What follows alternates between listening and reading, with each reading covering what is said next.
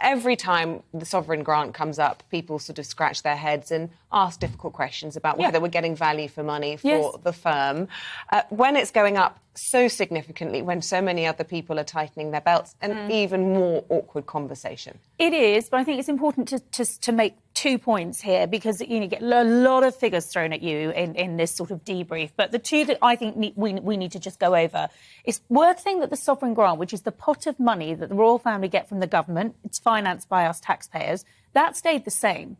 That hasn't changed. So that stays at 86.3 million. That's what they receive. So everything's gone up. Inflation's gone up. Expenditure's gone up. That's shot up by 17%. So that's left a shortfall of 14.6 million, which has been met by the Queen personally. So the person really feeling the pinch, actually, is the Queen, because she's having to dip into her own coffers to finance, 364 million, I think it is, for this 10-year refurbishment of Buckingham Palace. So just important, I think, to point those two things out. But a lot of people will be saying, when they're tightening their belts and feeling the pinch of household costs and everything rising, well, why do we have to pay for the royal family? Well, it's costing £1.29 a year to taxpayers. So they have to work out whether they think that's worth the money. And a lot of people resent the fact that the Jubilee celebrations cost so much. If you'd have asked people, are you in favour of the Platinum Jubilee celebrations, they all would have said yes. Yeah, I agree with you, Eamon. I think most people did. But that wasn't a small cost, because, of course, it was all the security costs. I think it was something like 28 million that Rishi Sunak had to fine.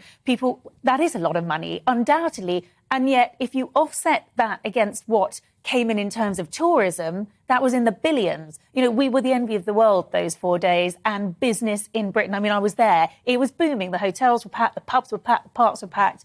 You know, that is one of the arguments. And they will continue to be packed as a result of that, the image that has given I think they will. You know, I'm going to go to Buckingham Palace this summer because, of course, it's open. You can go and see the staterooms. Those visitor numbers are going up. But I think one of the reasons it's been tough over the past couple of years is, of course, you haven't been able to go and visit the palaces and the gardens at the palace, which is a big form of revenue. Yes. So they've had their challenges too. Well, that was the point I was going to make. You know, if you do go to Buckingham Palace this summer, you will have to pay. And that money will not come back to us, the taxpayer, who funds a lot of the royal family. That goes directly into the Queen's personal finances. So a lot of people will say, I don't have that much sympathy that she's having to pay for her own renovations, because you know what, she's also cashing in. Which makes it right that she does contribute, and that 14 million, just over 14 million, that shortfall does come in from her personal finances.